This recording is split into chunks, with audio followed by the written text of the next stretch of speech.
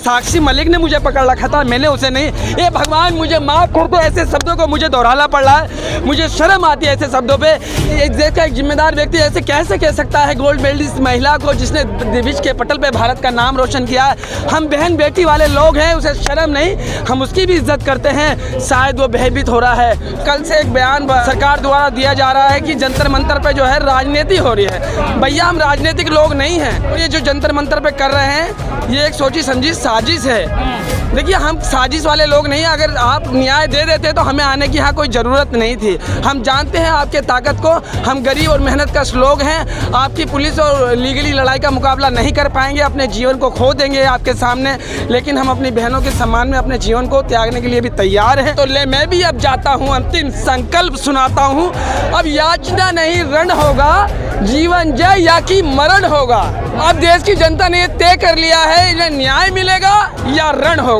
Peaceful तरीके से जमहूरियत और आइन के मानने वाले लोग हैं जो जंतर मंतर पे खड़े हैं। वो संविधान को, लोकतंत्र के बहुत बड़े पुजारी और भक्त हैं। आप हमें 1000 गालियां दे दीजिए हमें, लेकिन इन बहनों को न्याय दे दीजिए, क्योंकि हम उस देश की धरती पे पैदा हुए हैं जहाँ पे महिलाओं को देवी स्वरूप पूजा जाता है।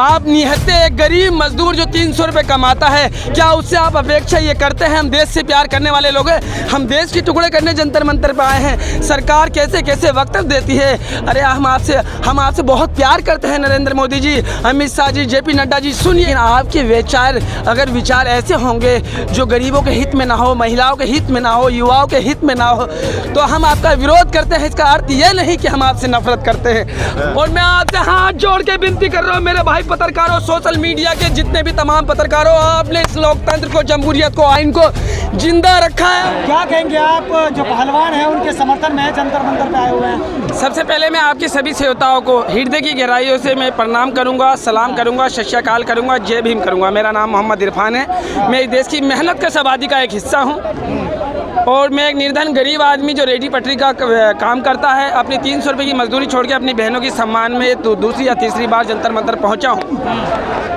कल मैं अध्यक्ष साहब जो ये खेल के जो जिसके विरुद्ध में ये आंदोलन चल रहा है उनका बयान देख रहा था। वो कह रहे थे कि मैं शिलाजीत की रोटियां थोड़ी ना खाता हूं, और ये बार बार ये कह रही हैं कि ऐसा किया, यही बॉडी एंगल था उनका, ऐसा किया। ऐसे शब्दों का इस्तेमाल एक संवैधानिक पद पे बैठा हुआ व्यक्ति अगर करे तो ये हमारे लिए शर्मिंदगी की बात होगी। ये कहते कौन सा चंदवा का टुकड़ा लिया आई तोड़ के, ये विनाश फोगाट कौन चंदवा का टुकड़ा लिया आई तोड़ के, अबोर्ड लिया आई।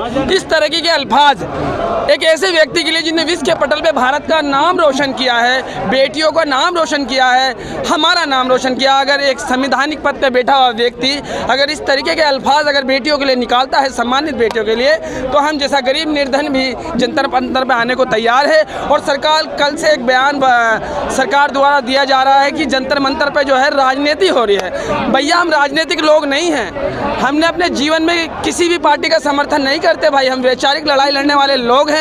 हम जितने भी लोग यहाँ कैमरे पे बोल रहे हैं, किसी ने भी चींटी का भी नुकसान नहीं किया होगा अपने जीवन में, तो हम राजनीति करने वाले लोग नहीं। ये कह रहे हैं कि कल से इस बात को बार बार दोहराया जा रहा है, ये शाहीन बाग वाले लोग हैं, ये किसान आंदोलन वाले लोग हैं, और ये जो जंतर मंतर पे कर रहे हैं ये एक सोची समझी साजिश है। देखिए हम साजिश वाले लोग नहीं, अगर आप न्याय दे देते तो हमें आने की यहाँ कोई ज़रूरत नहीं थी। हम जानते हैं आपके ताकत को, हम गरीब और मेहनत कश लोग हैं। आपकी पुलिस और लीगली लड़ाई का मुकाबला नहीं कर पाएंगे, अपने जीवन को खो देंगे आपके सामने, लेकिन हम अपनी बहनों के सम्मान में अपने जीवन को त्यागने के लिए भी तैयार हैं।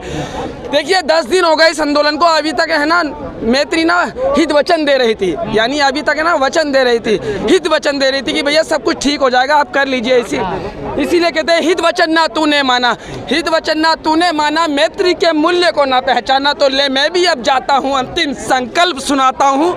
अब याचना नहीं रण होगा, जीवन जय या कि मरण होगा।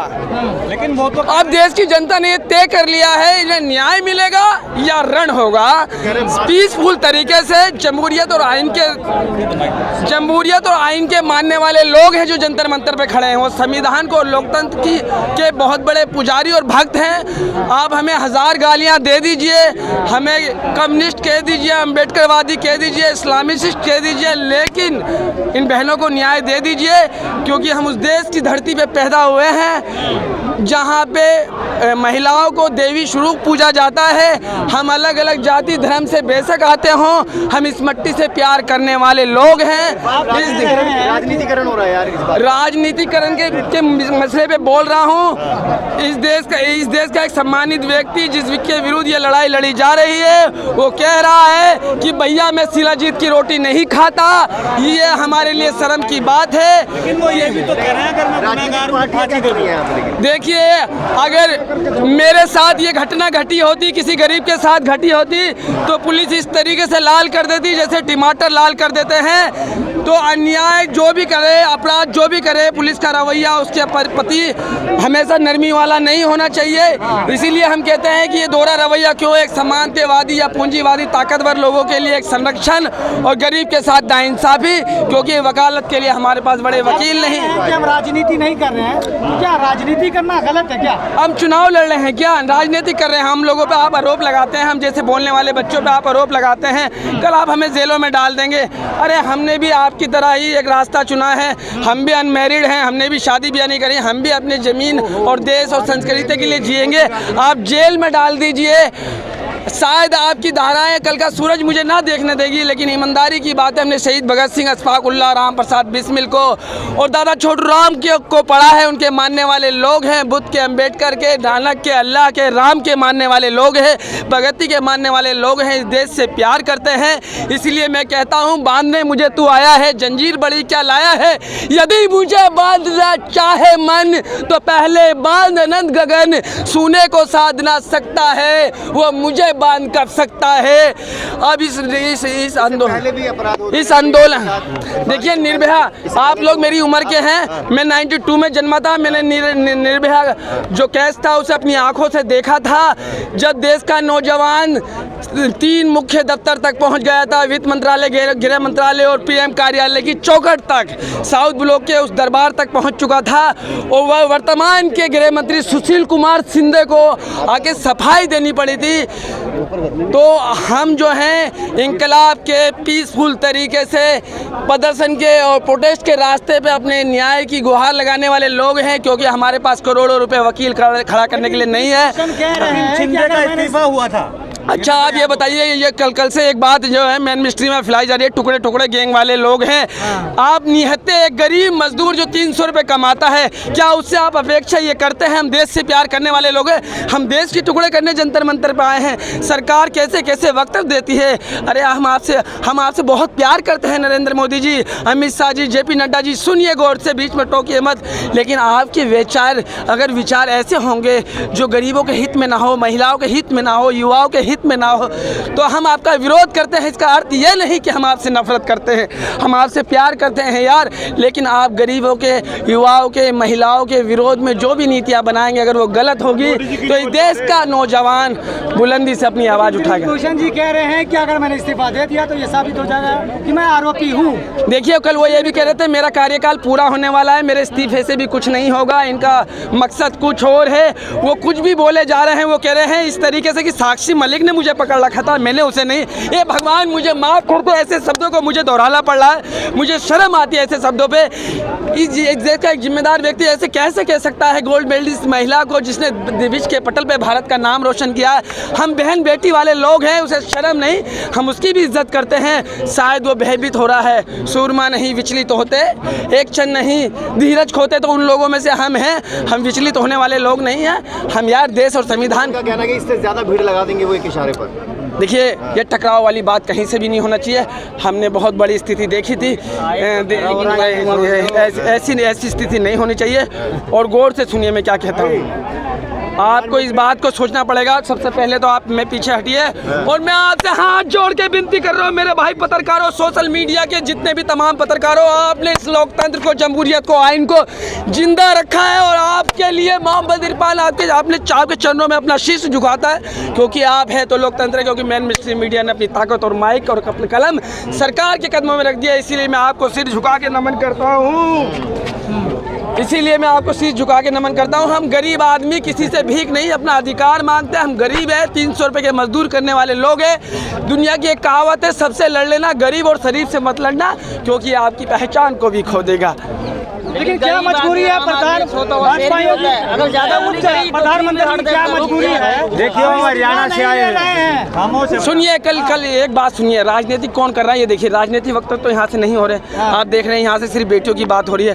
कल वो क्या कह रहे थे, जो अध्यक्ष साहब है भूषण साहब, वो कह रहे थे कि प्रियंका गांधी एक छोटे से आंदोलन में गई है, कल पछताएगी। गौर से सुनना, आप सभी लोगों को बोल रहा हूँ, बहुत गौर की बात है। और दीपेंद्र का नाम ऐसे ले रहे हैं जैसे कि किसका नाम ले रहे हैं, इतना भयभीत हैं दीपेंद्र के नाम से। दीपेंद्र एक खूबसूरत हृदय के बहुत खूबसूरत इंसान है। मैं उन्हें व्यक्तिगत तौर पे नहीं, लेकिन मैं बहुत भीतरी तौर पे जानता हूं, क्योंकि मैं रोहतक लोकसभा सीट पे मैं मेहनत मजदूरी करता हूं। दीपेंद्र एक खूबसूरत इंसान है।